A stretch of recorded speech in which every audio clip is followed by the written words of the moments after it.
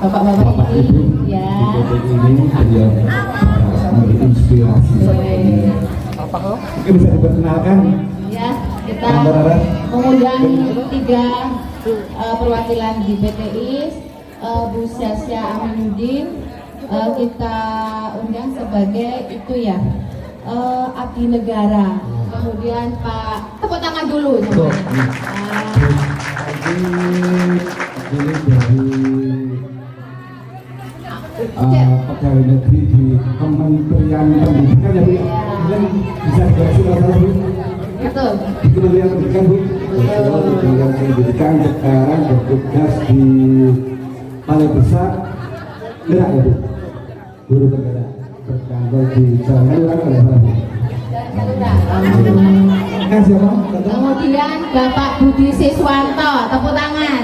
Ini sebagai entrepreneur yang berbakat semuanya. Nah, kemudian yang ketiga Bapak Bambang sebagai ini profesional ya, dokter yang kebetulan Bapak Bambang ini menjabat sebagai keren loh, Ketua Perkumpulan Dokter Gigi Kabupaten Bantul. Mantap.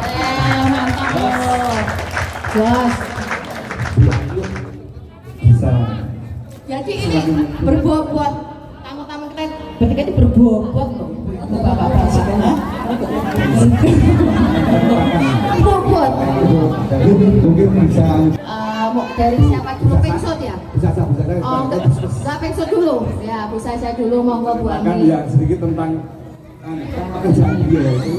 Ya karena ini aja sih kesempatan ini. Sebenarnya kita di sini punya banyak talenta yang lainnya yang saya yakin lebih bisa dijadikan panutan gitu ya. Jadi kalau saya ingin cerita sedikit saja, saat ini saya kebetulan bekerja di Balai Besar Guru Penggerak yang nantinya akan membantu pemerintah implementasi kurikulum Merdeka. Jadi kalau sekarang kurikulum baru ya. Betul. Jadi Bapak Ibu nanti kalau misalkan mau bertanya mungkin nanti bisa saya.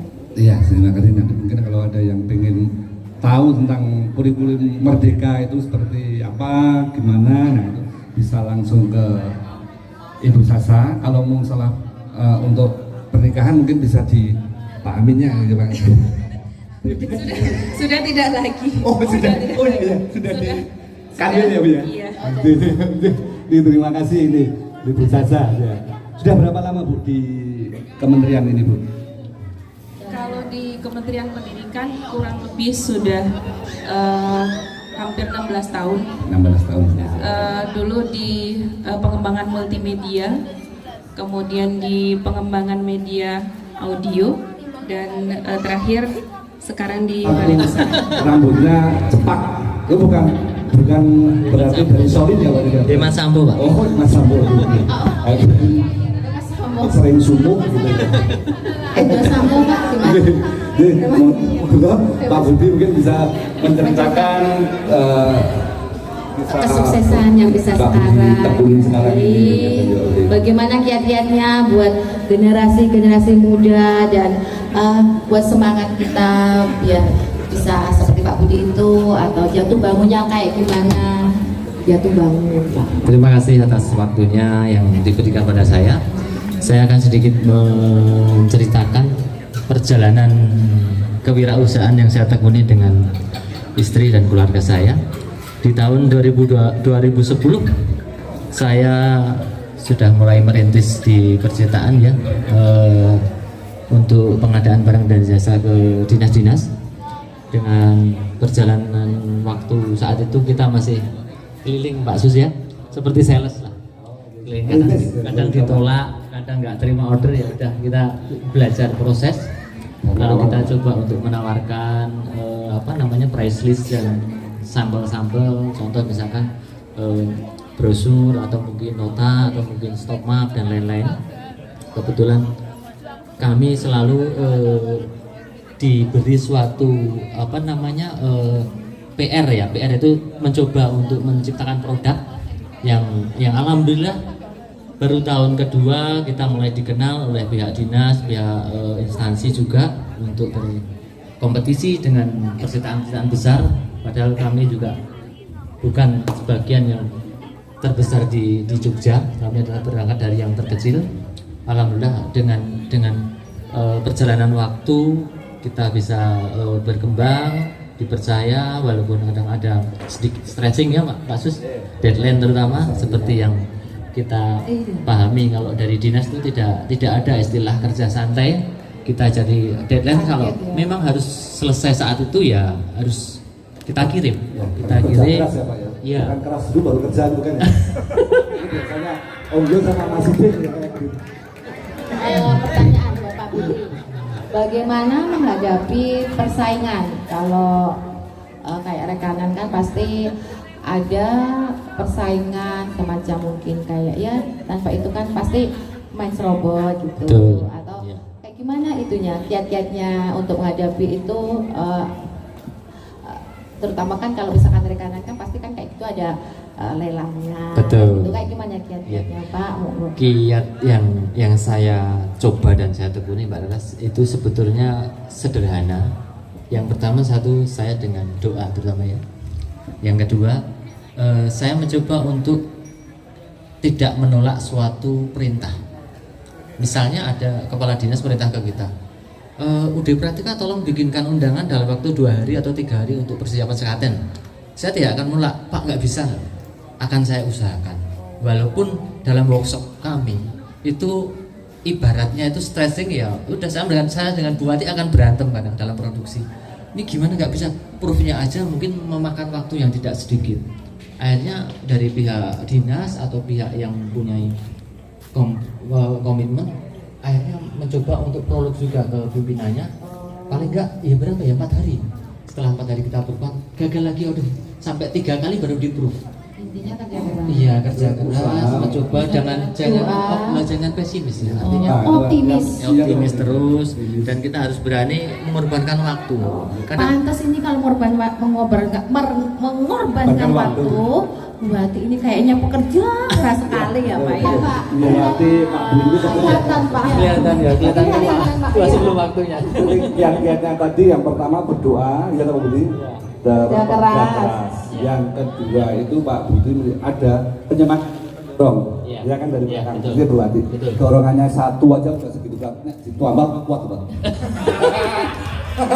Itu kayaknya sudah gitu. Terima kasih dari Pak Budi. Untuk selanjutnya, ini untuk Pak Bambang bisa menceritakan dari pekerjaan Pak Bambang sebagai Profesionalnya sudah terkenal. Pak Bambang itu nyambutnya halus, ya. masukannya ya kasar. Sampai gini Pak, kemarin tuh teman saya tuh sampai gini, dokter gigi waktu Sampai itu sampai apa namanya kemarin itu ya itu jadi ketua dokter gigi kemarin pemilihan, saya tuh sampai bangganya, oh itu tonggoku loh, ada tonggoku loh sampai saya gitu, oh iya tetanggamu, iya tonggoku, bangga. Itu senang. Monggo Pak Bambang, gituin. Bismillahirrahmanirrahim. Assalamualaikum warahmatullahi wabarakatuh. Salam sejahtera, Om Swastiastu, Namo Buddhaya, Salam Kebajikan. Komplit sekali. Ikut-ikut Pak Jokowi, biar insya Allah bermakna gitu pertemuan hari ini. Jadi mulai dari mana?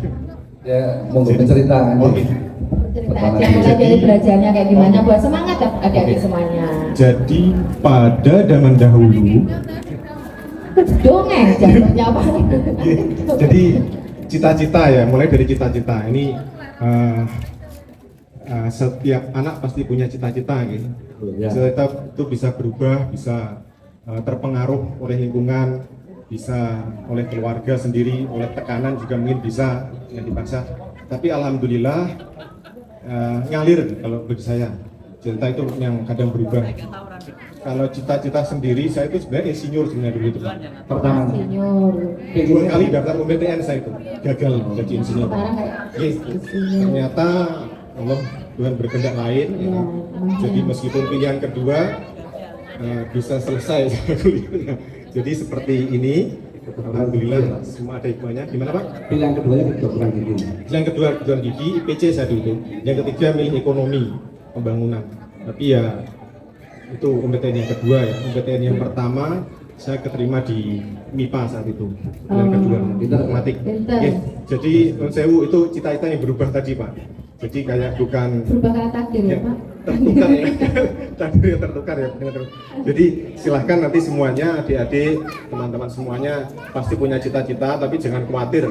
Allah pasti menggariskan segala sesuatu yang terbaik bagi kita. Intinya pasti. tetap niat kita kayak slogan KR itu, mik gunani tumraping liang. Wah, itu yang apa ya? Ya. Itu bahasa Jawa Pak Budi mulai paham nanti. Ya kita bagaimana memberi manfaat sebanyak-banyaknya lah bagi orang lain. Oh, pada orang lain. Jadi mungkin kita suatu saat harus ada yang dikorbankan, Pak. Apa ya istilahnya kalau Pak Susilo membayangkan capeknya misalnya Waktu ya. full dan lain-lain gitu. Karena keluarga. Jadi itu namanya mencoba memberi manfaat. Iya. Keras ya. Jadi yang jadi mencintai profesi itu banyak.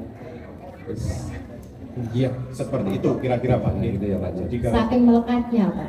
Iya. Seperti melekatnya cintanya Pak Bambang ke Bu Ayu. Iya. Mungkin kalau ini tantangan terberatnya Pak sebagai dokter gigi itu apa? saya kebetulan dokter umum ya Pak ya. Iya. Kalau mungkin di sini ada Mas Ardi itu ngambil orto Iya. ya. Saya GP jadi mengerjakan semuanya. Tantangan terberatnya sebenarnya hati nurani Pak. Kok dapat aturan? Karena Kan seneng kalau lihat Mbak mangap, Pak mangap. Ya gitu. hati nurani Pak. Biasanya kan kodenya gitu. Nurani nih. Buka kan biasanya. Hati nurani Bu Mbak Ades. Iya. Jadi saya sering menanyakan ya. Terutama untuk cabut gigi terutama ini ikhlas selalu saya tanyakan karena akan kehilangan sebagian dari tubuhnya.